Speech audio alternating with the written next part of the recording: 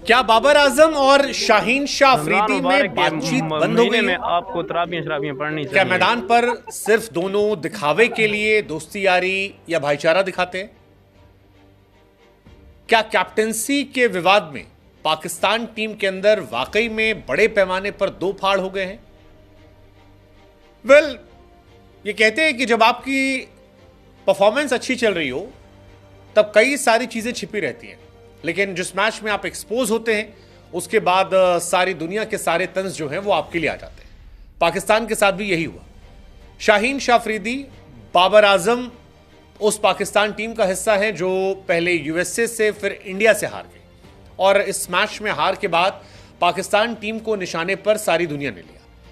लेकिन पाकिस्तान के legendary captain रहे और दुनिया के सबसे महानतम गेंदबाजों में से एक रहे वसीम अकरम ने जब यह दावा किया कि पाकिस्तान टीम के दो बड़े खिलाड़ियों के बीच बातचीत बंद है, तब यह खबर बहुत बहुत बहुत ज्यादा बड़ी हो गई।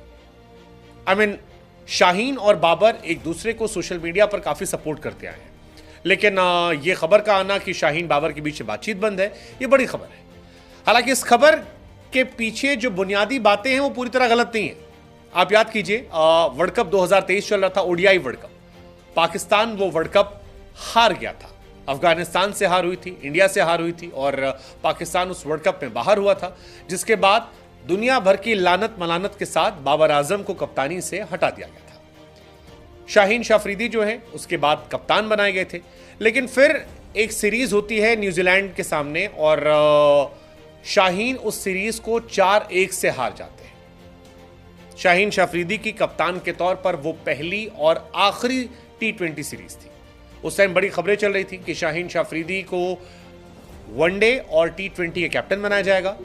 टेस्ट में शान मसूद कप्तानी रहेगी, शान मसूद टेस्ट कप्तान रह गए, लेकिन वनडे और T20 में कैप्टेंसी जो है वो शाहीन शाह अफरीदी से बाद में छीन ली गई एक सीरीज में हार के बाद।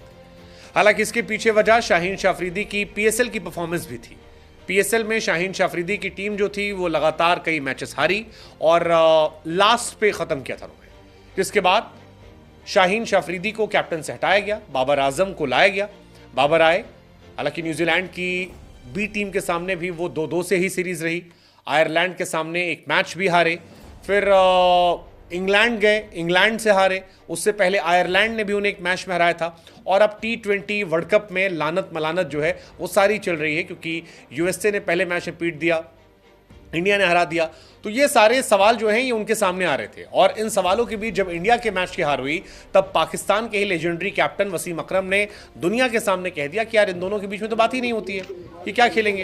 हालांकि खुद वसीम साहब पर भी एक जमाने में आरोप लगते थे कि उनके और वकार के बीच में रिश्ते ऐसे हैं, लेकिन ये वाला मामला जो है ये बड़ा जबरदस्त रहा। और वसीम अकरम का ये कहना कि शाहीन और बाबर एक दूसरे से बात नहीं करते हैं, इनके बीच में बातें खत्म हैं, ये बहुत बहुत बहुत बड़ी बात हो गई। हालांकि इस बात को लेकर पाकिस्तान के असिस्टेंट कोच अजहर महमूद जो है उन्होंने इसे नकारा और कहा कि जो ये बातें आ रही हैं ये गलत है। शाहीन और बाबर रोजाना बातें करते हैं, ये अजहर महमूद ने कहा है मीडिया से। उन्होंने कहा कि वसीम अकरम ने क्यों कहा ये मुझे नहीं पता, लेकिन शाहीन और बाबर बातचीत कर रहे हैं और किसी खिलाड़ी की वजह से नहीं हारे, अब मैच हम टीम की वजह से हारे। अब अजहर महमूद जो है वो पाकिस्तान के उस मैनेजमेंट का हिस्सा है जिस मैनेजमेंट को बचाने की वकालत वसीम अकरम ने की थी। वसीम अकरम ने कहा था कि हर बार मैनेजमेंट बदलता है, मेरा मानना है कि मैनेजमेंट रखो, टीम चेंज कर दो।